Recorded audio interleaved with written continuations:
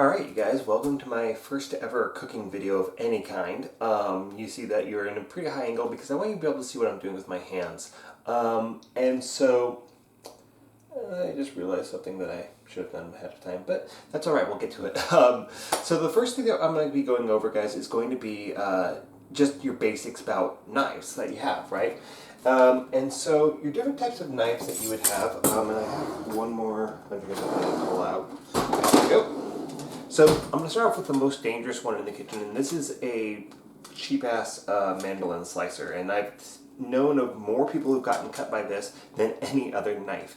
So usually these come with a little thing that you can slide back and forth on, and it'll grip like onions or whatnot, okay, but then it doesn't work on carrots or anything long that you want to thin slice into discs. This one's really cheap. It's just got a thin piece of metal that acts as the blade here. It's been sharpened a little bit, but you can't really, as far as I know, take it out and actually have it sharpened, so it is what it is. Also, this one has a lot of flex to the cutting board, which is going to make your cuts less consistent. So there are more expensive ones out there, and probably ones that you can actually take the blade out and actually sharpen it. That being said, I would recommend if you're going to use one of these to wear cut gloves, which are either going to be chainmail, which I probably wouldn't recommend for this, or they're going to be a knitted, whatever. I feel like I want to say that they're Kevlar, but I don't think they are.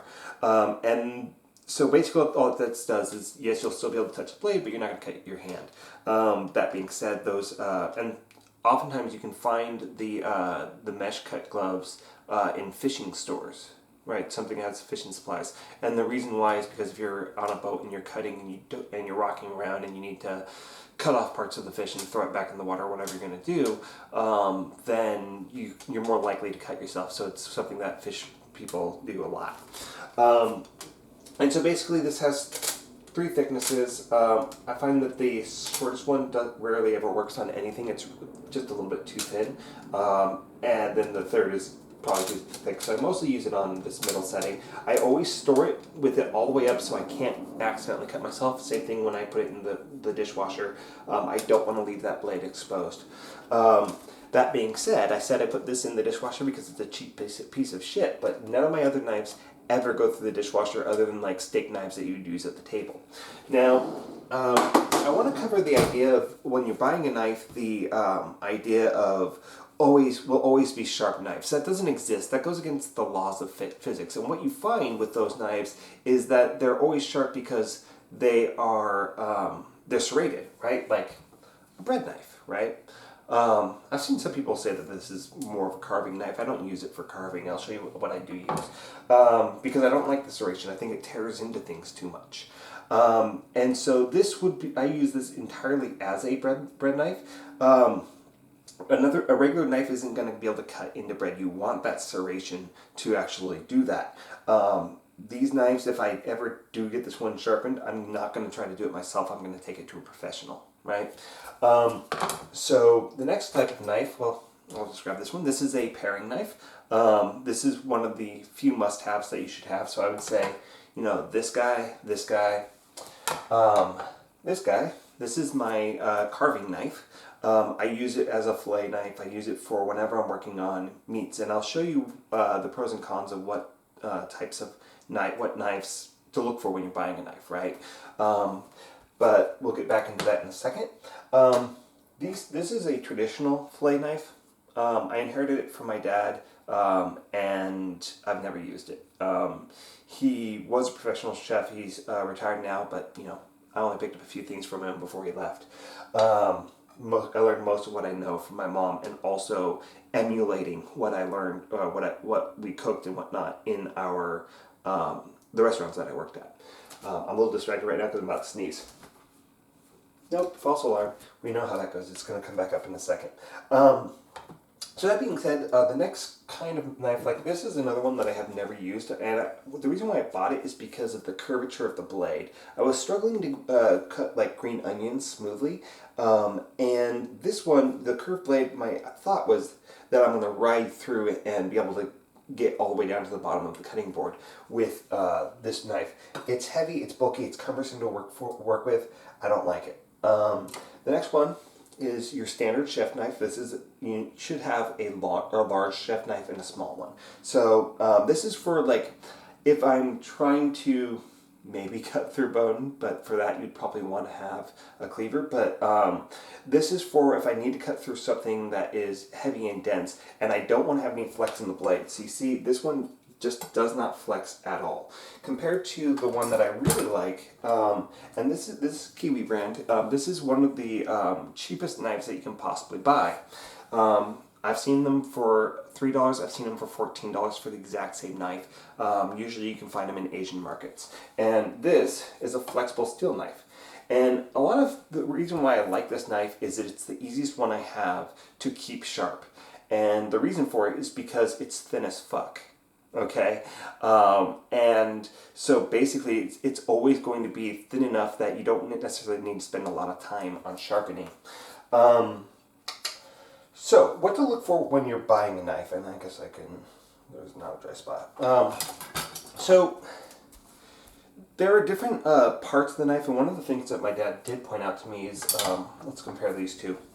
If you look at the base here, you see that the edge of the blade goes all the way to the hilt. It's all the way here to the very end, so I can sharpen this blade up to here and have a sharp blade all the way through. And I actually, when I hone and I sharpen, I actually try to get this tip a little bit too, because especially if the knife isn't sharp enough and I'm trying to go through tomatoes that are a little bit soft, being able to make a little incision with that end here will actually allow me to make the full cut. Whereas you see on this knife, the hilt comes all the way up to the blade, so the blade actually stops before the edge of the blade, right?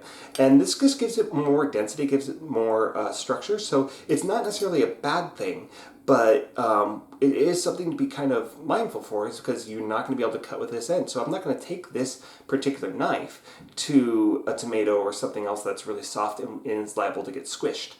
So the next feature, and these two are a good example of this, you see that the knife comes up above the blade comes up above the handle, right? On both of these, and that's a very important feature. Whereas you see on this one, like, I'm not going to try to cut a carrot with this, right? And the reason for that, same deal with this one, right? The blade comes into the handle. When I come down, you probably can't see this, but there's about over here half a centimeter or quarter to 3/8 of an inch of a gap on this end. I can't get it all the way down to the cutting board because my knuckle's in the way. Okay? So if I go into my chef knife, you see I've got actually about a ½ inch between my knuckle and the cutting board. Same is true with this shitty ass Thai Kiwi brand knife. Okay? So that being said, we're going to move into sharpening a little bit, and so this is probably one of the easiest methods to sharpen. This is a 3-stage sharpener. You can get this at Bed Bath & Beyond or pretty much any place really now. I think I got mine at Fred Meyer actually. And there's 3 different types of spaces in here. This one over here is for honing. I almost never use it. The first one is going to be a very steep angle, which would be kind of more of a Japanese sushi angle, compared to stage 2, which is going to be broader. And to use this, I generally actually prefer the Japanese angle. If you have a thicker knife, like these guys, okay, they don't like to take the Japanese angle because the steel is too thick. So you want to actually use the stage 2 on a thicker knife because it's going to give it a steeper point, right? Versus the Japanese angle, which is going to give you a very tight V versus a wider V, right? So this one takes it okay. And so all I'm going to do is I'm going to put just a little bit of pressure on here, and I'm going to slide through, and I'm going to do that about 20 times, and then I'd do it through the honing section, okay? So the thing is what is honing, okay? Whenever you push down on a knife, the pressure is going to bend that tip, right? And then so the honing rod, or whatever you're using for honing, which I think actually the honing rod is the only way to do it personally, is it pushes that point back up. And it will also often trim off a little bit of the weak bent edge at the very top, which is going to be microscopic, but you can see it, right? So let's go ahead and go on to the next sharpening thing before we actually do honing, which this is a whetstone. It has 2 grits on it, and it's basically like how much grit per unit, right? So the bottom on this one is 1,000, the top one's on 4,000. So what I'm going to do is I'm going to do about 20 passes with 1,000 on both sides and do about 20 passes on the other side with the 4,000. I'll do that in another video because it's a little bit more of a complex thing. Now, one thing I will say is that what you need for a good sanding stone like that, for one, you saw that I keep it wet. Okay, some of the especially the higher end ones sometimes actually will crack if you let them dry out, so you don't want to do that.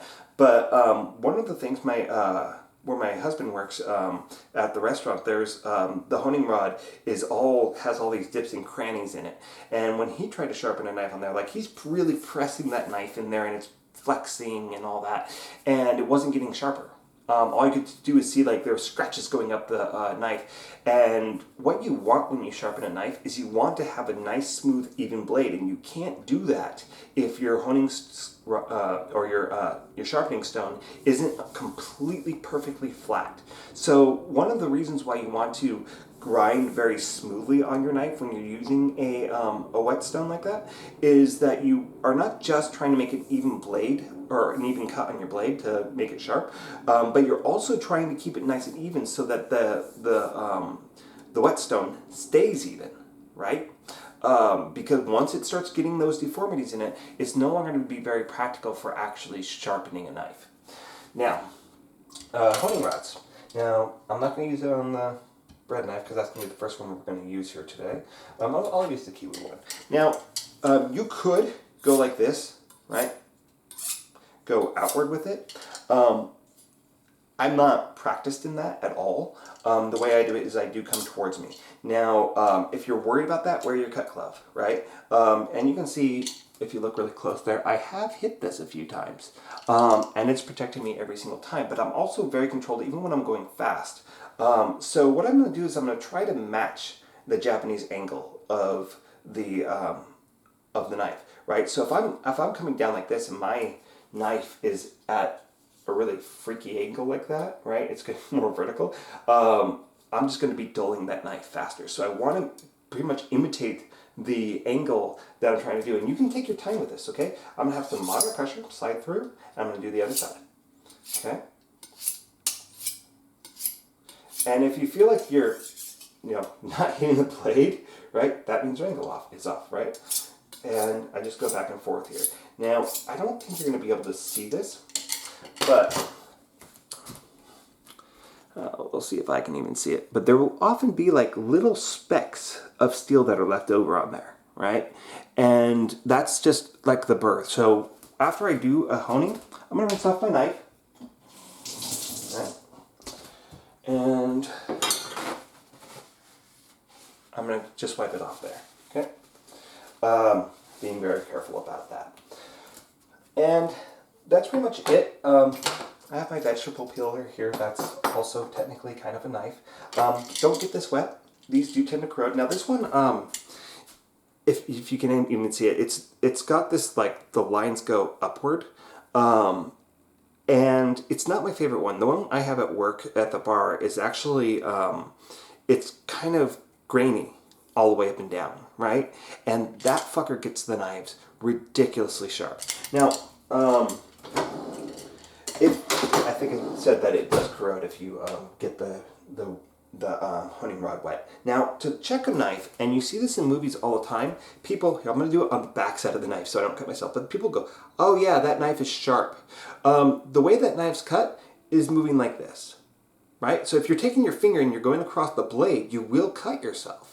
What you're looking for really is I'm going to put my finger on the blade, I'm going to move across it, perpendicular to it, and what I should feel is that it's very grippy, right? And so if I go back to this knife I absolutely hate, what I feel here, there's a little bit of grippiness there, but it's kind of dull over here, a little grippy, but like the more it grabs onto the texture of your finger, the sharper it is, right? So that's what we're looking for, and we're being very, very careful. We're not cutting ourselves. Some people will do a paper test where they'll hold a piece of paper and okay, ask somebody who does any type of sewing whether or not you should take a knife to a piece of paper. Really, if you talk, scissors are one of those big things that people get really, really upset about because people use their sewing scissors on paper and it dulls the scissors. They don't work anymore. So you just did all that work to sharpen your blade. Don't take it to a piece of paper. One of the things you can take it to is a tomato, and you just try to, without any resistance, try to thin slice through a tomato. Now, because I'm not a professional, I've never actually had these professionally sharpened. I've just done it myself, and I'm not 100% perfect on that. I can cut through a tomato without smushing it, but I can't like do paper thin cuts on a tomato with the knives that I have. If I were able to, it'd probably be this one, the Kiwi one, right? So that is my initial breakdown on knives, and let's come back and we'll do a separate video for starting some basic cutting.